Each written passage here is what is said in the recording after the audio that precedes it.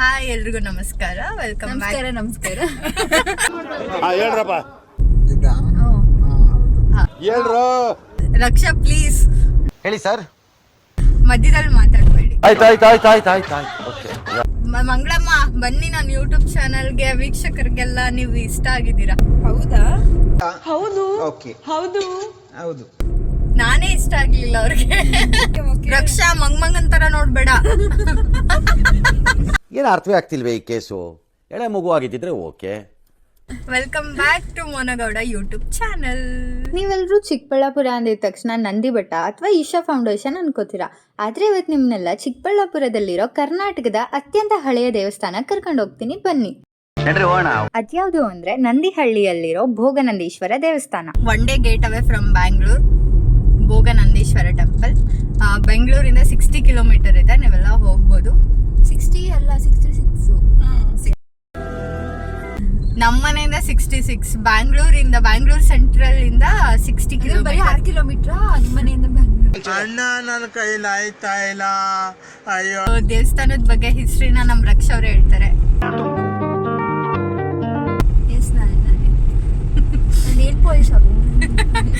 ಏನೋ ಗೊತ್ತಾಗ್ತಿಲ್ಲಪ್ಪ, ಗೊತ್ತಿಲ್ಲ, ಅರ್ಥ ಆಗ್ತಿಲ್ಲ. ಭರತ್ ಬೈದ್ ಕಳ್ಸಿದಾನೆ. ವೈ ಹೇಳು ರಕ್ಷಾ, ಬೈದಿರೋದಕ್ಕೆ ರೀಸನ್. ಬೈದಿಲ್ಲ. ಯಾವ ಟೈಮಲ್ಲಿ ಏನ್ ಮಾತಾಡ್ತಾರೋ ಅವ್ರಿಗೆ ಜ್ಞಾನನೇ ಇಲ್ಲ ಅವ್ರಿಗೆ. ಭೋಗನಂದೀಶ್ವರ ಟೆಂಪಲ್ ತುಂಬಾ ಹಳೆ ಕಾಲದ ದೇವಸ್ಥಾನ, ಅದು ಎಲ್ಲರಿಗೂ ಗೊತ್ತಿರೋದು.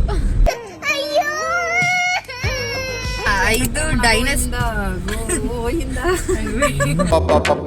ಕಷ್ಟ ಐತೆ. ಇದನ್ನ 5 ಡೈನಸ್ಟಿ ಅವರು ರೂಲ್ ಮಾಡಿರ್ತಾರೆ. 5 ಡೈನಸ್ಟಿ ಅವರು ಅದನ್ನ ಇವಾಗಲೇ ಅಲ್ಲಿ ಹೇಳ್ಬಿಟ್ರೆ ಅಲ್ಲಿ ಹೋಗಕ್ಕೆ ಸಿಗುತ್ತೆ. ಅಲ್ಲ, ಏನ್ ಸಂಬಂಧ ಏನು ನಂಗೆ ಅರ್ಥ ಆಗಿಲ್ವಲ್ಲ. ಅಲ್ಲೇ ಹೇಳ್ತೀನಿ. ಓಕೆ, ಅಲ್ಲಿಗೆ ಹೋದ್ಮೇಲೆ ಹೇಳ್ತೀನಿ, ಇವ್ರ ಕೈಲೇ ಹೇಳಿಸ್ತೀನಿ. ಏನೆಲ್ಲ ಸ್ಟಡಿ ಮಾಡ್ಬಿಟ್ಟವ್ರು ಹೇಳಕ್ಕೆ. ನಾನು ಕಾಣಿಸ್ತಾನೆ ಇಲ್ಲ. ಪಾಪು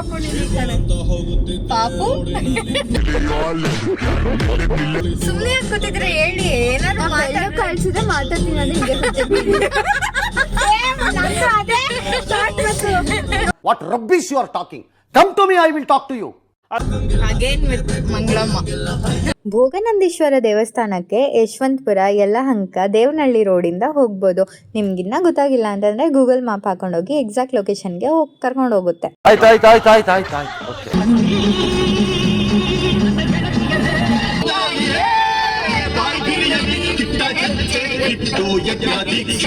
ಈ ಒಂದು ಅದ್ಭುತವಾದ ಕ್ಷಣಕ್ಕೆ ಭಾರತವೇ ಸಾಕ್ಷಿಯಾಗಿದೆ. ನೀವಿವಾಗ ಲೆಫ್ಟ್ ಸೈಡ್ಗೆ ಏನ್ ನೋಡ್ತಿದ್ದೀರಾ, ಅದೇ ಭೋಗನಂದೀಶ್ವರ ದೇವಸ್ಥಾನ.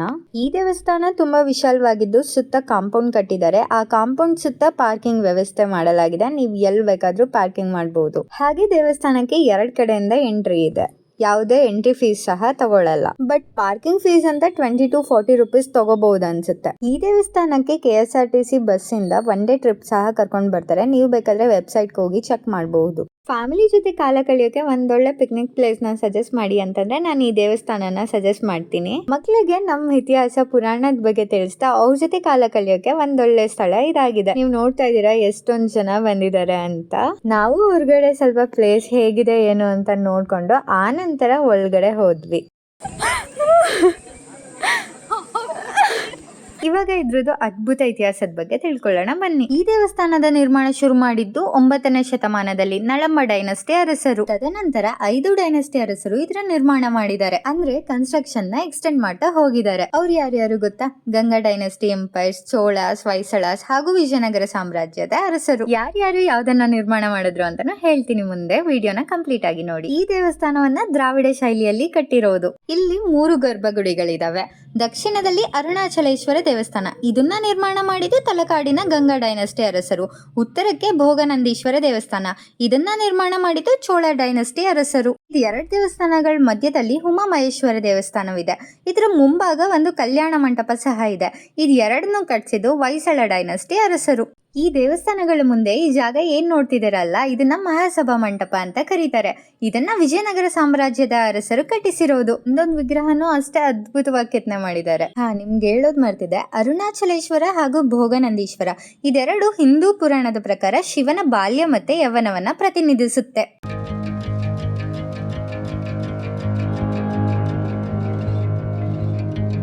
ಇವಾಗ ನೀವೇನ್ ನೋಡ್ತಿದ್ದೀರಾ, ಇದು ಛತ್ರಿ ತರ ಇರೋದು, ಯಾವುದೇ ಸಪೋರ್ಟ್ ಇಲ್ಲದೆ ಕಟ್ಸಿರೋದು. ಎಷ್ಟು ಅದ್ಭುತವಾಗಿ ಕೆತ್ತನೆ ಮಾಡಿದಾರಲ್ಲ. ನೀವು ಭೋಗನಂದೀಶ್ವರ ದೇವಸ್ಥಾನದ ಮುಂದೆ ನಂದಿ ಕೆತ್ತನೆ ಮಾಡಿರೋದು ಸಹ ನೋಡಬಹುದು.